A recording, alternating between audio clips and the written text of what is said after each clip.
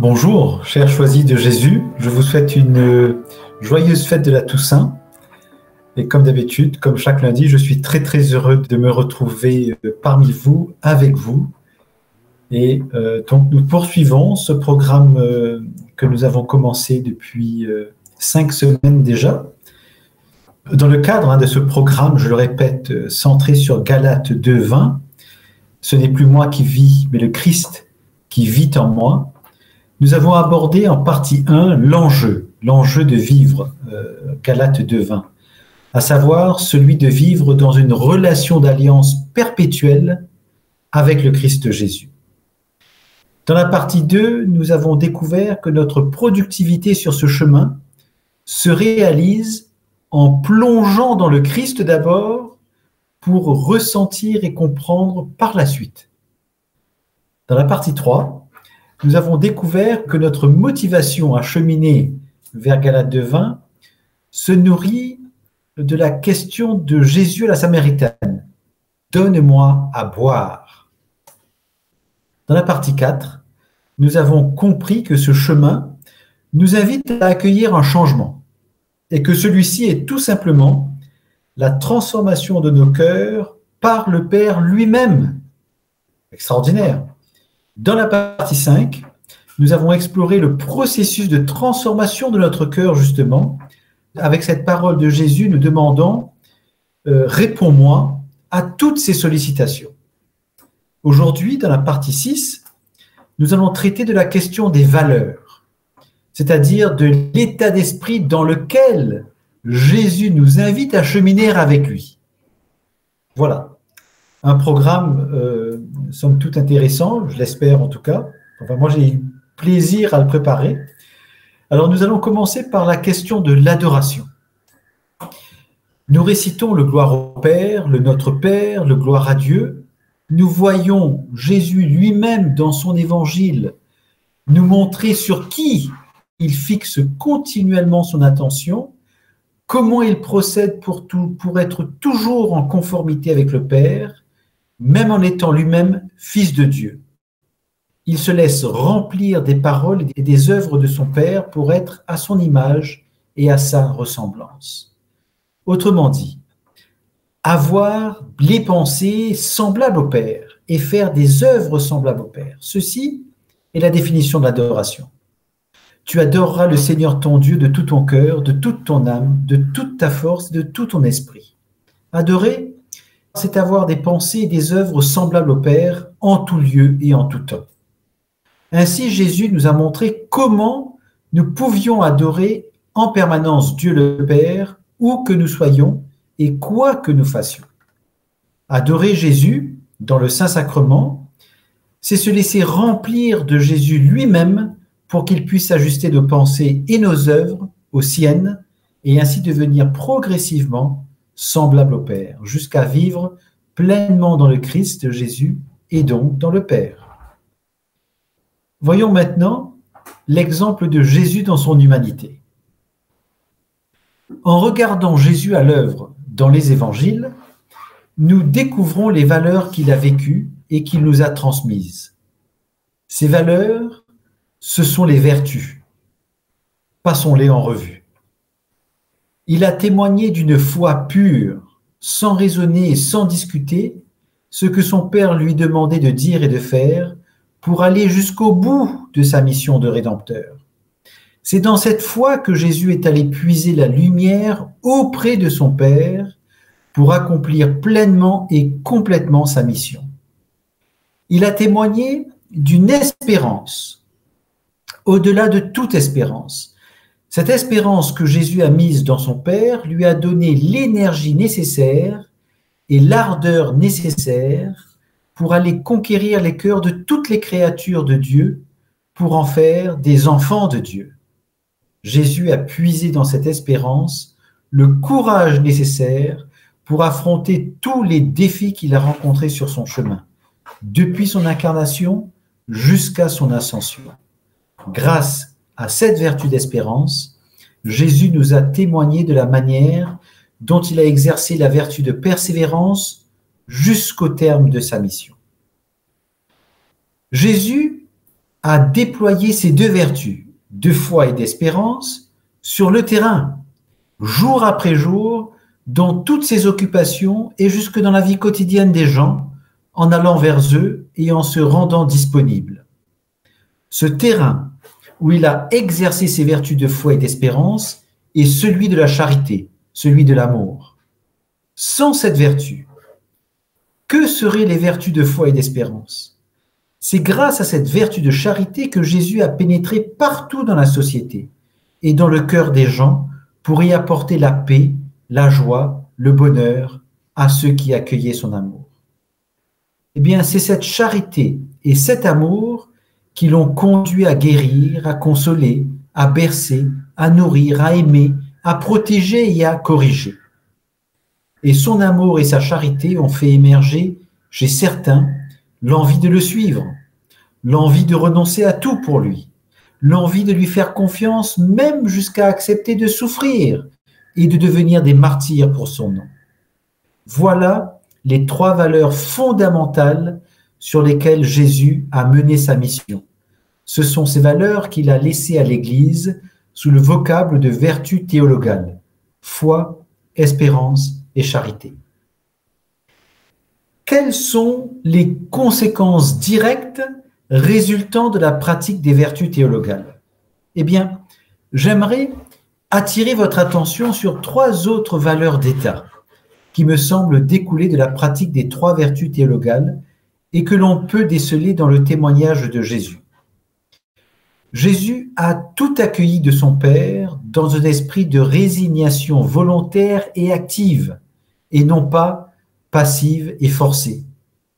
Étant pleinement Dieu et homme, il a posé ce choix pour réduire à son néant sa propre volonté d'homme, en vue de n'accomplir que la volonté du Père. Jésus s'est aussi adressé aux personnes que la divine providence a mises sur son chemin dans le respect total de leur libre arbitre, sans jamais chercher à les changer, ou à les forcer, ou à les manipuler.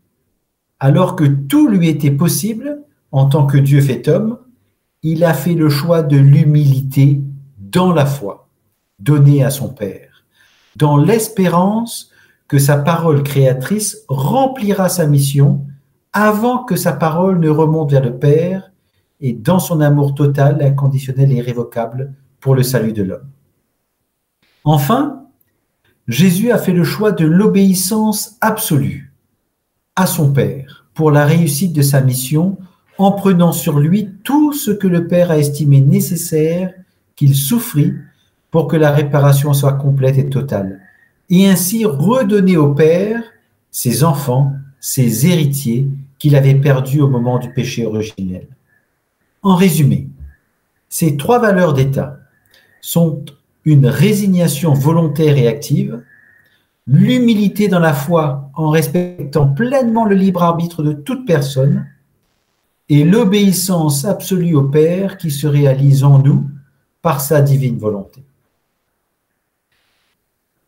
Quelle est la place des vertus cardinales, force, tempérance, justice et prudence dans ce cheminement? Peut-être que cette question émerge en vous. Eh bien, examinons-la si vous voulez bien. Pour bien comprendre comment faire appel aux vertus cardinales, il nous faut apprendre à écouter notre cœur, notre esprit et notre corps. Le plus facile est d'être attentif à nos sentiments, car ce sont souvent nos sentiments qui nous révèlent les mouvements de notre âme. Lorsque nous rencontrons des difficultés, notre âme réagit et se révèle à nous au travers des sentiments qui émergent en nous. Qu'est-ce que mon âme veut me dire? Eh bien, quand elle veut me dire que je suis à désespérer, que la peur ou la crainte grandit en moi, que je me décourage, que je manque d'audace, que je me remplis de colère, ça veut dire que je manque de la vertu de force. Car c'est la vertu de force qui vient au secours de ma vertu d'espérance pour me redonner du courage. Quand mon âme veut me dire que je suis à entretenir de la haine en moi, à nourrir des désirs malveillants ou égocentriques, à nourrir de l'aversion envers moi ou les autres, à rechercher mon propre plaisir aux dépens des autres, ou que je m'enferme dans la douleur et la tristesse, ça veut dire que je manque de la vertu de tempérance. Car c'est la vertu de tempérance qui me donne le moyen de discerner entre le bien et le mal pour retrouver le chemin de l'amour et de la charité.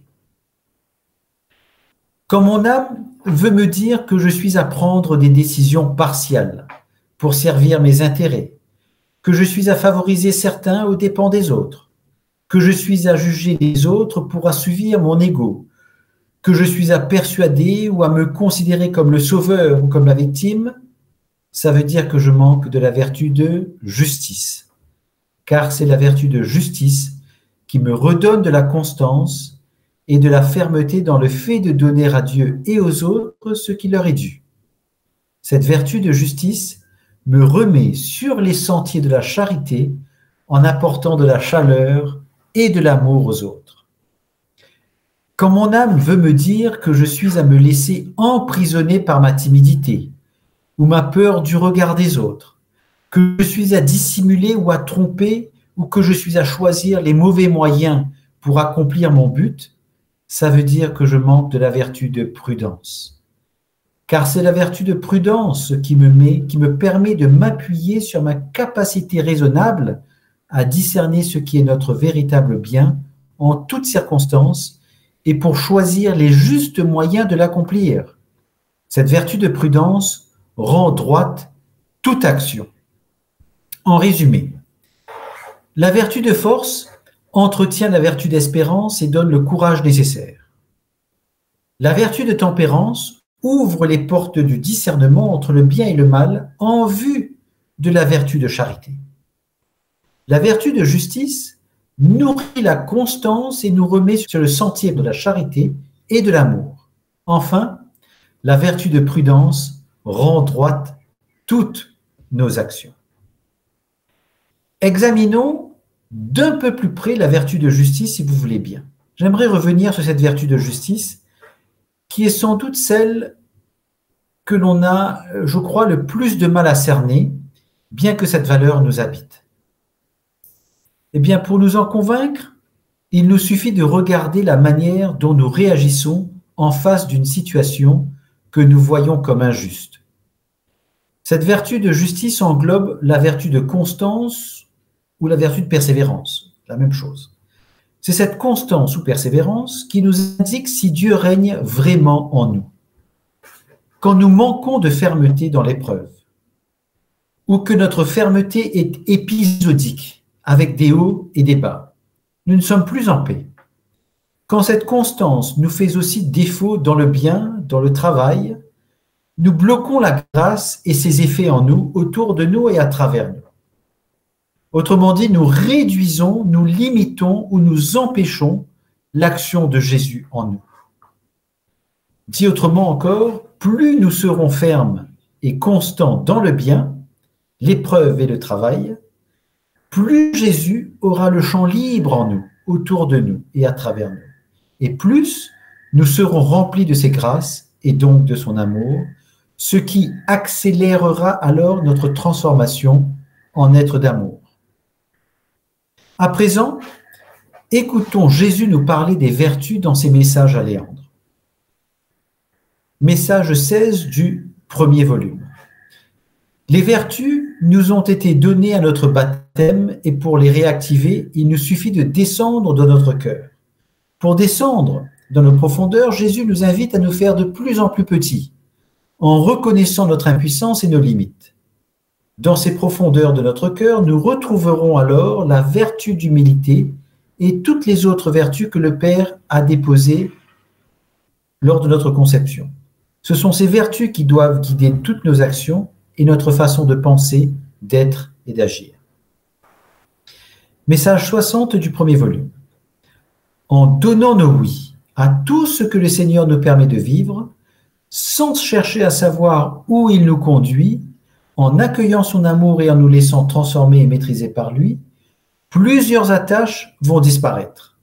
Et nous allons vivre un moment privilégié qui nous permettra de bien intégrer la paix, la joie, la bonté, la douceur, la sagesse, le discernement, la confiance, la longanimité, la maîtrise de soi et toutes les autres vertus qui accompagnent l'amour. Au message 215 du volume 1, Jésus nous dit qu'en allant dans les profondeurs de notre petitesse et de notre impuissance, nous allons trouver la solution à tous nos problèmes. Car c'est le lieu où l'amour prend sa source. Dans l'amour se trouvent toutes les vertus que nous pouvons imaginer, en quantité illimitée et pouvant répondre à tout ce dont notre être a besoin, en conscience ou non. Au message 108 du deuxième volume, Jésus nous dit que si nous voulons nous laisser remplir de l'amour de Dieu pour recevoir toutes les vertus par grâce, la porte d'entrée, c'est notre oui. Une fois que nous l'avons donné à Jésus, son amour occupe la place laissée libre. Si nous voulons que cette place libre s'agrandisse pour permettre à l'amour de l'occuper à chaque fois que nous lui donnons notre oui, nous devons grandir dans l'humilité. Eh bien, pour grandir dans l'humilité, Jésus nous dit qu'il nous faut reconnaître que nous ne sommes rien et que Dieu est tout. En reconnaissant cela, nous donnons à Dieu notre vie pour qu'il la prenne en charge et nous nous unissons à Jésus pour vivre toute occupation, aussi petite soit-elle, pour cheminer à sa suite. Nous laissons à Dieu le soin de remplir nos pensées de ses pensées, en renonçant aux nôtres. Nous laissons à Dieu le soin de mettre sa parole créatrice dans les nôtres, en renonçant aux nôtres. Et nous lui laissons également le soin de mettre ses actes divins dans les nôtres, en renonçant aux nôtres. Au message 59 du volume 3, Jésus nous dit que nous vivons dans un monde où, sous les apparences de la vertu, des faussetés, souvent et difficiles à déceler, se sont introduites. C'est uniquement dans la prière et par de longs moments d'intimité avec lui que ces faussetés peuvent nous être révélées. Dans l'Église nouvelle, aucune fausseté ne pourra circuler. Plusieurs grands courants d'opinion qui circulent présentement auraient avantage à être mis en question afin de vérifier s'ils sont conformes à la parole de Dieu et si leur application respecte bien l'enseignement doctrinal de l'Église. Plus que jamais, dans les temps que nous vivons, dit Jésus, il est nécessaire de demander à Dieu la sagesse et le discernement afin de pouvoir reconnaître ce qui vient de Dieu et ce qui est contraire à la volonté de Dieu, bien que présenté souvent sous l'aspect du bien. En accueillant son amour et en devenant des intimes avec lui, notre Dieu, nous n'avons rien à craindre. Les lumières nous seront données à temps pour découvrir les faussetés qui se présentent à nous sous des apparences de vérité ou de vertu. En conclusion, nous ne pouvons devenir des êtres d'amour sans les 3 vertus théologales et les 4 vertus cardinales. La difficulté avec ces 7 vertus est qu'elles requièrent de nous une attention soutenue de tous les instants, et nous savons que nous ne pouvons nous y tenir, ce qui nous conduit à perdre la paix, à nous en vouloir, à avoir des regrets ou des culpabilités de toutes sortes pour au final aboutir à la pensée que nous ne sommes plus dignes de Dieu. Et c'est là que la spiritualité des choisis de Jésus nous ouvre un chemin très simple pour acquérir toutes les vertus sans effort particulier de notre part. Ça vous intéresse? Puisque ce sont nos barrières et nos blocages qui nous séparent de ces vertus, ce sont ces barrières et ces blocages qu'il nous faut éliminer en premier. Et le message 34 du volume 3 nous en donne le moyen. Quel est ce moyen? Premièrement, donner nos oui sans condition au Père fait disparaître les barrières et les blocages et nous permet d'entrer en intimité avec Jésus. Deuxièmement, reconnaître que nous sommes petits, pécheurs, faibles et impuissants, que nous ne sommes rien et que Dieu est tout, fait disparaître d'autres barrières et d'autres blocages. Troisièmement, accueillir son amour fait aussi disparaître les autres barrières et blocages qui nous empêchent de devenir l'amour. et cet amour de Dieu accueilli en nous, qui nous remplit de toutes les vertus sans que nous ayons à faire des efforts. Remplis de cet amour, nos pensées, nos paroles et nos actes sont gouvernés par l'amour et nous vivons des vertus naturellement.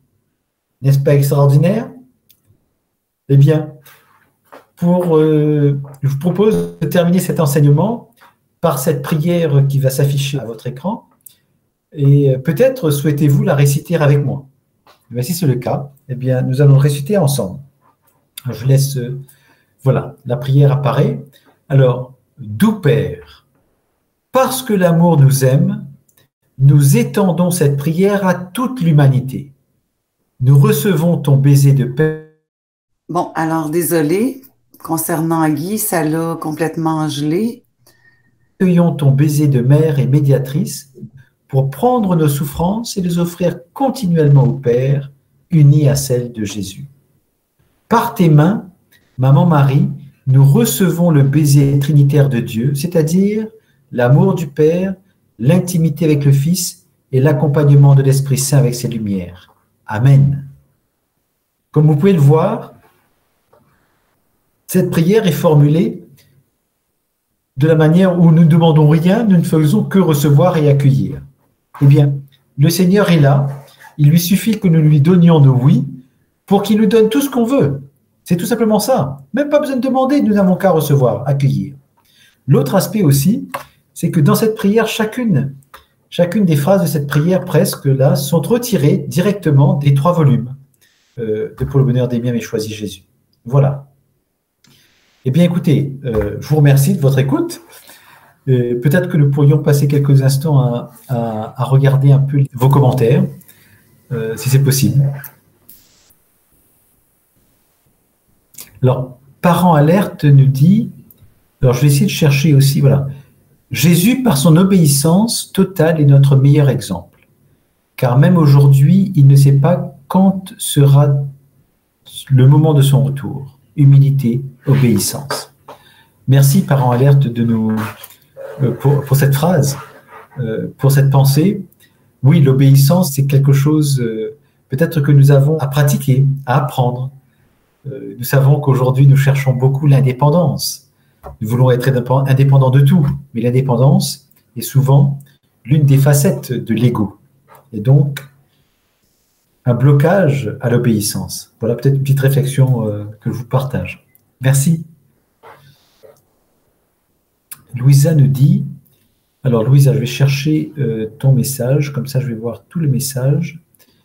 Tu as raison, mais on a aussi besoin de l'autre pour grandir dans la foi, car seul et c'est pas simple, même si mon chemin avec Léandre est le meilleur du chemin. Oui, Louisa, merci pour ta remarque. Effectivement, il n'y a aucune vertu que nous pouvons pratiquer, exercer sans l'autre. Toute vertu ne peut être pratiquée, exercée, apprise, comprise, que si nous sommes dans une relation à l'autre. Ça, c'est un point assez important. Je ne vais peut-être pas parler de ça, peut-être dans l'enseignement, c'est peut-être une erreur de ma part, un oubli, mais c'est important de bien voir que la vertu est toujours avec les autres. On ne peut pas la vivre toute seule. Donc, merci, Louisa, de nous rappeler ça.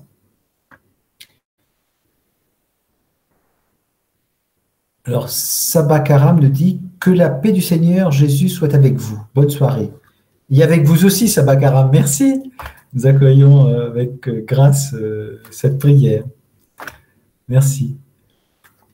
Alors, Louisa aussi nous dit « Obéir, écouter, mettre en pratique ce que Dieu nous demande. » Tout à fait. Alors, d'abord, écouter. Comme Dieu le rappelle, l'Exode ou dans le Deutéronome aussi.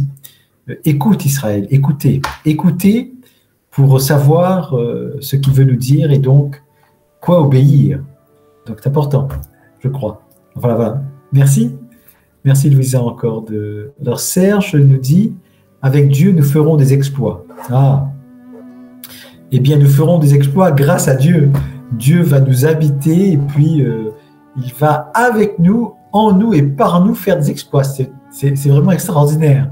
Il pourrait le faire tout seul, mais non, il a choisi de le faire avec nous, en nous et par nous. Enfin, moi, je trouve ça extraordinaire. Enfin, j'espère que vous aussi. Mireille nous dit « Je regrette de n'avoir pas pu lire entièrement la prière. » Eh bien, écoutez, Mireille, je vais le remettre dans les commentaires. Avec votre commentaire, je le copierai complètement. Pas de souci pour ça. Frances nous dit « Merci Seigneur d'être toujours présent pour moi. Je te donne mon oui total.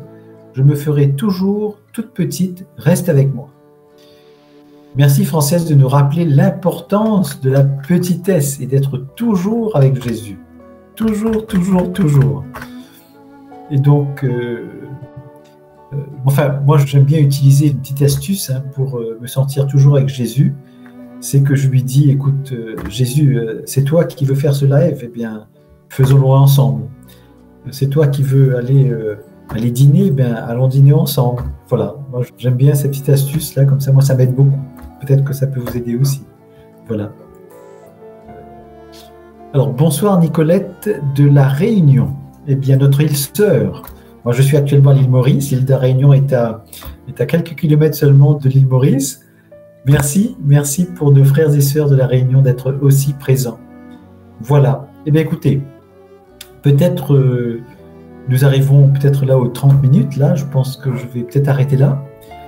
Je vais vous indiquer là rapidement le thème de la fois prochaine, de lundi prochain. Lundi prochain, nous allons aborder la question de la charte.